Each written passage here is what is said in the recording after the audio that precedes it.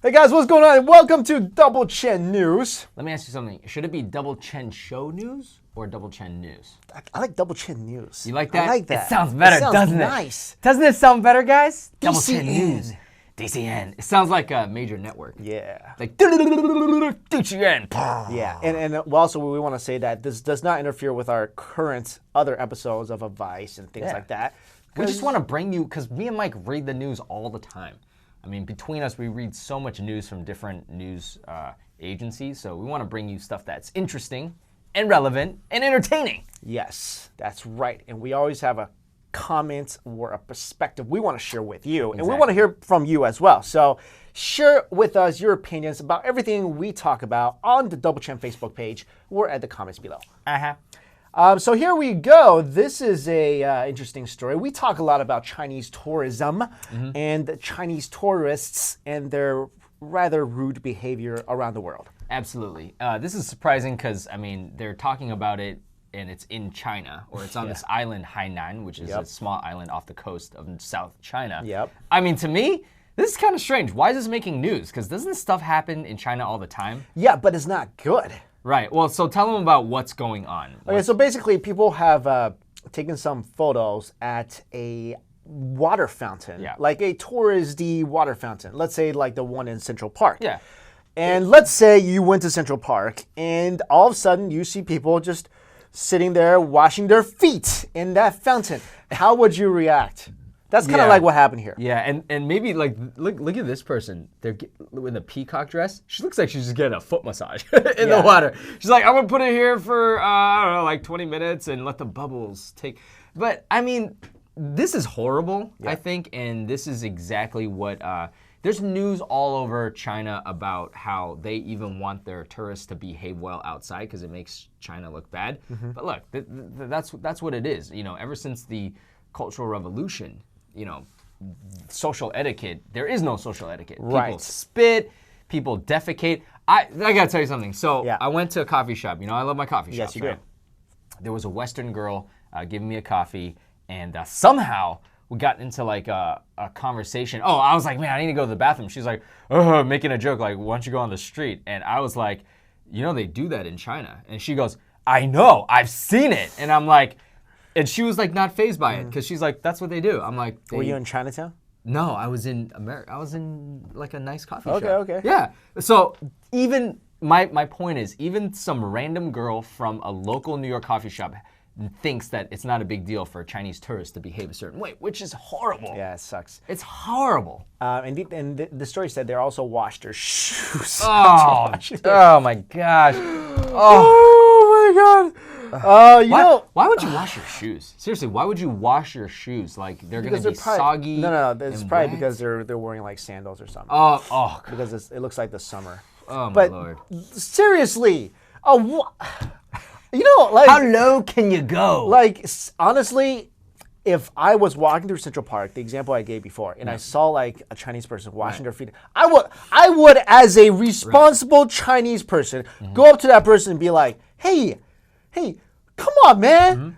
Are you seriously washing your feet in the fountain in Central Park? Well, seriously. And here's the thing that I want to talk about, because a lot of people would be like, these are low-class people. No, actually, I'm sorry. If you got money to travel, you're not low class. It's just again, it goes back to the whole entire society of China because of the Cultural Revolution. Right. They don't talk about social etiquette anymore. If you you know where social etiquette a lot of times come from. Where's it that? comes from spirituality and religion. Correct. Like Confucianism. Yeah, that talks.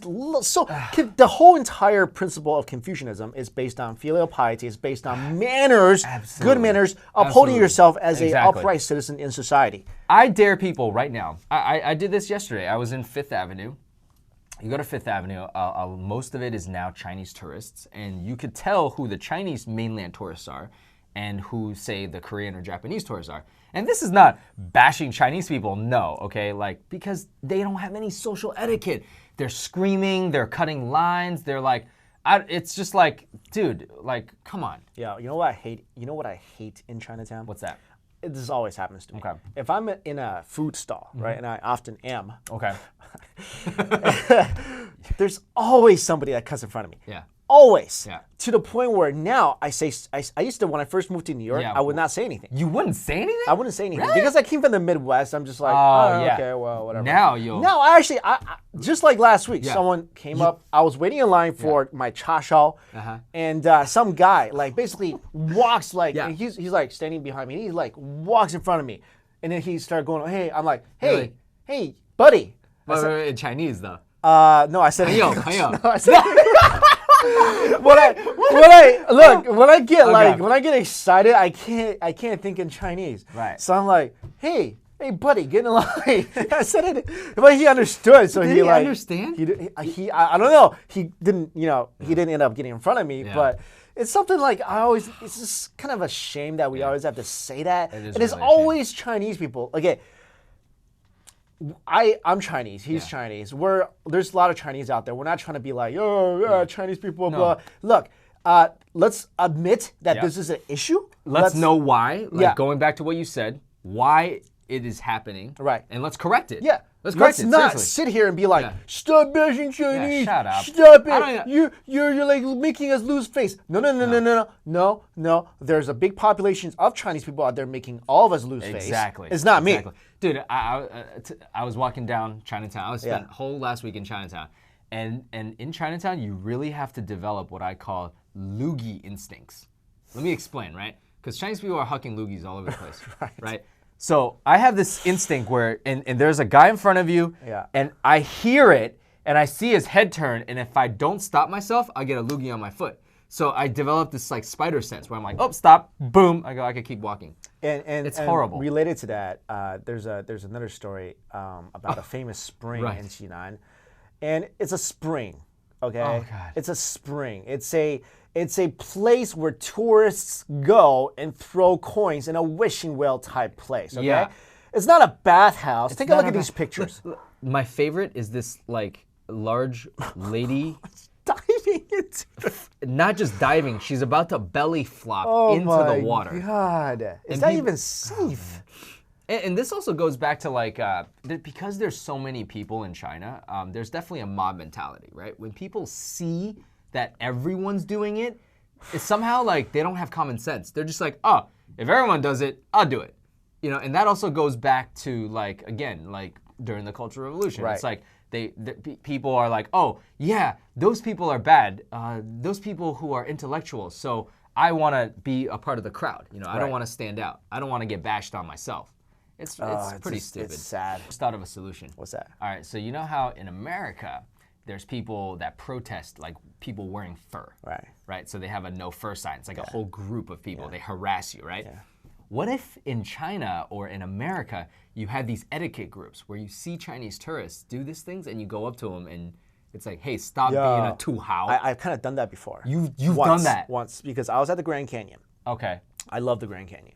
And I saw a Chinese person get off a bus and spit on the Grand, like, two. And I was like, yo, that's stop spitting on the Grand Canyon. Like, not like into the Grand, like just like where people like on the rocks, like. Okay, but here's the thing. Where are you gonna spit though if it's not on the ground? How about you don't spit? What if he go had to a trash can? But what if he had a loogie? There's a trash can. He just got off the bus. There's no excuse. Yeah. No, but we should start that club, right? Yeah. Where we're like, stop spitting in public. Stop washing your feet in public. Yeah. Stop spitting in public. But stop cutting lines. I think we all have a responsibility as Chinese. If you guys are Chinese out there, even if you're not, say something to these people. Go ahead and say something. What can they say though? What are they gonna do? Maybe they should tell them like, hey, stop being the term I think is tu hao. Yeah. Which is tu hao also means like a rich whatever. A rich. Well, there are a lot. Like if you're on Fifth Avenue, but what or stop being a person that has no manners. Yeah, exactly. Yeah. Just ask them. Do the Chinese question / insult, which is how old are you? Like how old are you? Do it with that face too. How old are you? Yeah. How old are you? How do you say etiquette in Chinese? 素质.